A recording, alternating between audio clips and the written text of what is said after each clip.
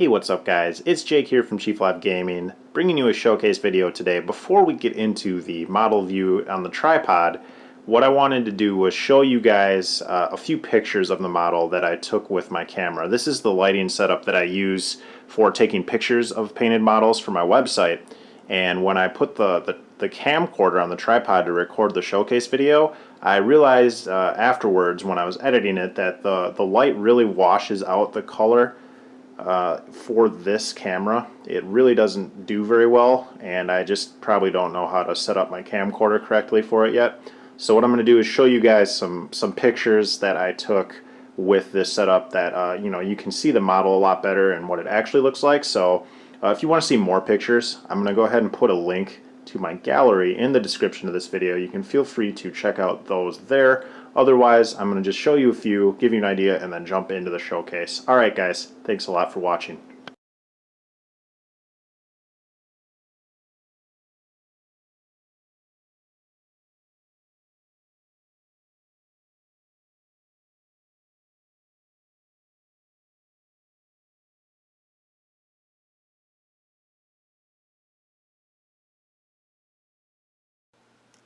Hey, what's going on guys? It's Jake here from Chief Live Gaming today, bringing you a showcase video on a Khorne Lord of Skulls. So this model I just finished up, very excited to be done with this project. It was a long and tricky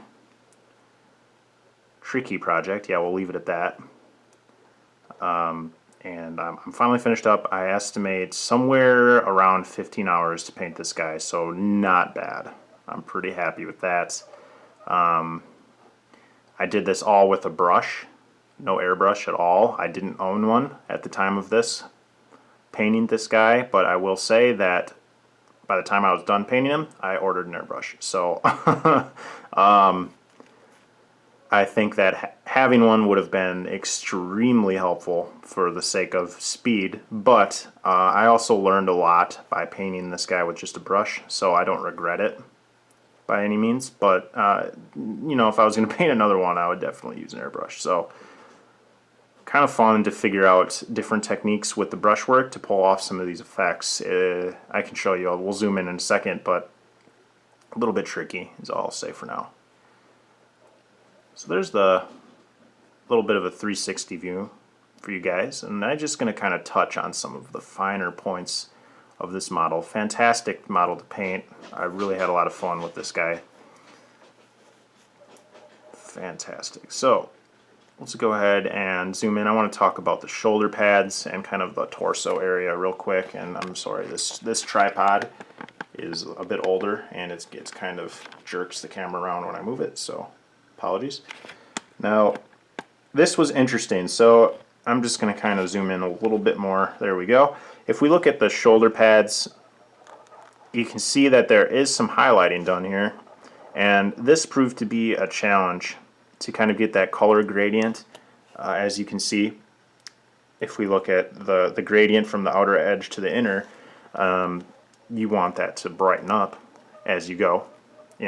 For a nice effect to the eye. You don't want it to all be the same shade of red. So these flat areas that were larger turned out to be a challenge. So I actually did that with I don't know, I guess it was dry brushing. A form of dry brushing is what I'm going to call it, to get that gradient effect. I was pretty pleased that worked out, because that was really the only way I could think of to kind of feather that effect without making it look too blocky, other than doing like tons and tons of shade layers or glaze layers to apply an effect gradually. So I did it that way, and it turned out, I'm pleased with how that turned out. So that was a challenge that I had to kind of work through.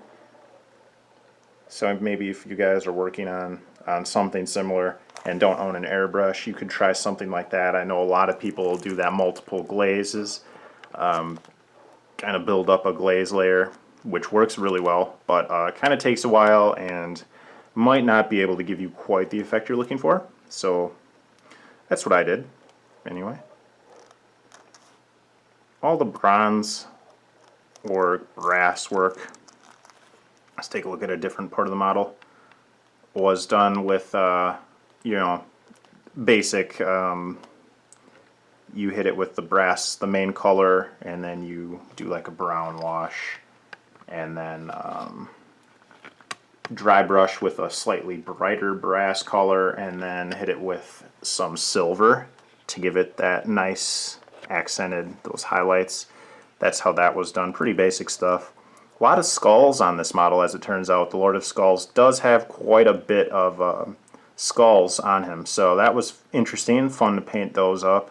A lot of weird areas, like if we look in over here, he's got like skulls nestled in different areas here, and it was fun to paint all that up. So very, very nice model to paint. I had a good time. Let's look at the blade in the front. This was a fun area. Again, kind of a large flat surface of brass here on this Khorne symbol in the center. So getting that to look decent was a challenge. Kind of the same effect. Had to dry brush things out and get that effect that way. So there's a little bit of a look at that. Oops. And then the tank tracks is the last thing I want to show you down here.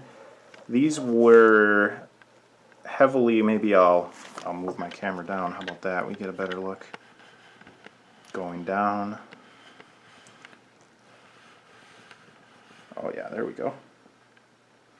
So what I did here, let's move my light a little maybe. No? Is this not going to work? You guys get the idea, right? I think you can probably see that just fine. So I weathered everything with weathering pigments or powders, and the way I like to do powders is by putting on all the powders dry very heavily, and I did kind of coat the whole model with black as well, so a lot of different like sand and dirt color on the tank tracks you can see as well. But then what I do to seal them down is I go right ahead into the matte varnish. So it's obviously your very last step right before your varnish. You throw the matte varnish on, it seals down the pigments, but the problem is if you don't do a good job with seating the pigments, it blows them off when you spray the varnish on. And that's kind of what happened here. It kind of washed out the pigments too much, but it still ended up with an acceptable amount of weathering, I would say. A little bit light for my taste. I would have wanted it a little bit heavier weathered. I picture this as something that's been, you know, in many, many, many combats and would be very heavily weathered by this point. But it turned out, so, you know, not going to worry about it. There's the look at it, guys. I've said pretty much all I can think of. If you have questions at all about the paint scheme, pretty basic Khorne paint scheme, you know, nothing special here, guys. But if you do have questions, feel free to leave me comments. I will do my best to answer them as best as I can. And I want to thank you guys for taking a look at the video, stopping by my channel. I hope that you continue to follow me in my journey and check out some more videos. Alright guys, have a great night and I'll see you next time. Bye now.